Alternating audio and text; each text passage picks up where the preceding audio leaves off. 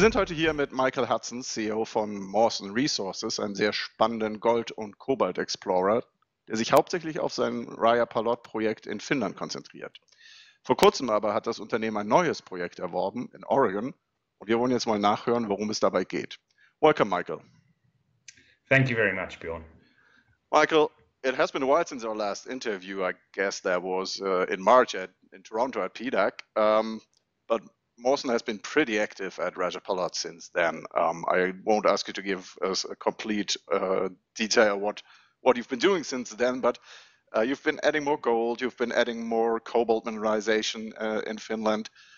Please give us a short idea of where you stand there. Well, I think there's just a few things that I can summarize the year, essentially, how quickly it's gone, Bjorn. We finished a big drill program, a 16-kilometer drill program in April. That took many months to pull together. That was the most successful drill program that we were in the middle of when we last spoke.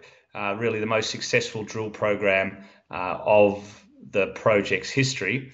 We put 80% of the drill meters into Rajapalot in the last 2 years. So we're really on a fast track here with drilling, and that has led to a real pivoting of the project. We had, and as I've talked to you before, and your listeners may recall, that we had a very exciting exploration project. Well, that still exists and it's got better, but now we're going towards our first and maiden resource. So that's a critical time in the project's history. It is important to know that this is not the final resource; it is the maiden or initial resource. So, perhaps we've tested 5 to 10% of our target horizon. So it will be very much the initial parts of the system that we've drilled. But we saw continuity. We saw some great grades. 30 odd meters thick at around 10 grams per ton gold equivalent. The addition of cobalt was a fantastic addition to the project that really developed through the year. That gave us continuity and volume outside the gold. It's only about 20% kick to the project in terms of in situ value upgrade, going from gold to gold equivalents by adding cobalt, but it adds a very nice sweetener. It also creates a very strategic project for Finland now. So we've gone from being a gold explorer to a gold cobalt imminent resource project that will be a strategic resource that's growing for Finland. So it's been very exciting, and we've been working at this over many years. The last 2 years, like I said, we put the majority of dollars and drilling into the project, and it's really pivoting, and we can see it working quite nicely. So you said you have been drilling, and if I remember your releases and the news flow correctly, you are going to start drilling or started drilling again. What are your next steps then at the project? Yeah, so at the more granular level, there's a drill program that we're just putting in around about 2,000 meters or a little shy of 2,000 meters. That's looking in the peripheral areas. So the main gold mineralization is located in areas where we're permitted to go in during winter time. It's quite wet and we need that solid base. So that big drill program is coming up in January through to April 2019.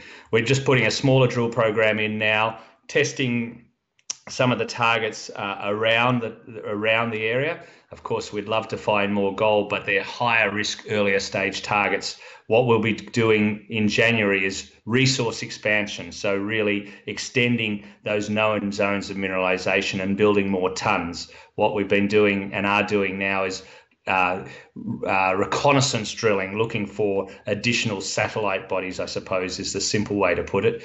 We've also had an ongoing program of geophysics for a long time. The mineralization is lighting up like a Christmas tree, we say. So from a perspective of putting electric currents in the ground, the mineralization is conductive, and we can measure that conductivity, just like prospectors can measure conductivity with little metal detectors. Well, we make big ones that are maybe 500 meters by 500 meters, and so we can really map the mineralization well. Now that we've drilled it and know where it is, we know it responds very well. So there's a lot of A lot of work going down that front, and then a lot of metallurgical work now that we're starting to see that the shape and form of what could be an economic project developing. We've of course got to do a lot more of the background work, so a lot more met work is going into the project on the gold and cobalt side as well. Okay, so very interesting. A lot of work. Seems you've got a lot to do there, but still, and that's what I wanted to talk to you today about in particular. You added a new project in Oregon, of all places, if I read that correctly. Why did you decide all of a sudden, that is, from the outside, it looks like you decided all of a sudden to add a new project? Yeah, what the hell is probably what some people are thinking. Well, we're explorers and we create value through exploration, and we've done that over many years. Mawson has had multiple joint ventures, finding projects, joint venturing them out. So in a way, we're a prospect generator, but we've always focused on a flagship project. So there's many things we're always doing behind the scenes.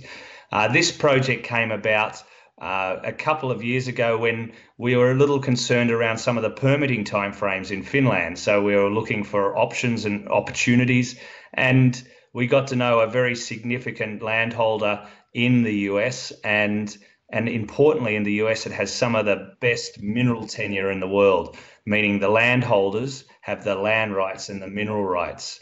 So if you have a amenable landholder who welcomes exploration and understands what you're trying to do, then you do a deal with that landholder.